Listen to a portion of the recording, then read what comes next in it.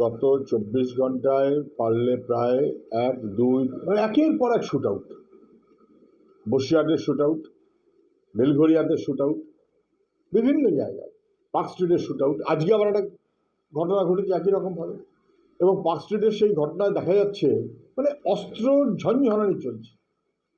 Shoot out যেন একটা নিত্য পদ্ধতি হয়ে গেছে।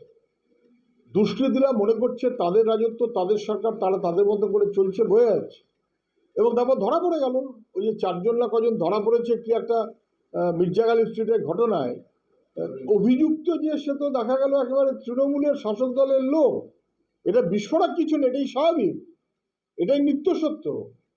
তৃণমূলের নেতাদের ঘনিষ্ঠ, তৃণমূলের ওখানকার যিনি সাংসদ, তার নির্বাচনী প্রচারের সঙ্গী, এরাই তো দুষ্কৃতী এবং তৃণমূলের নেতা একসাথে।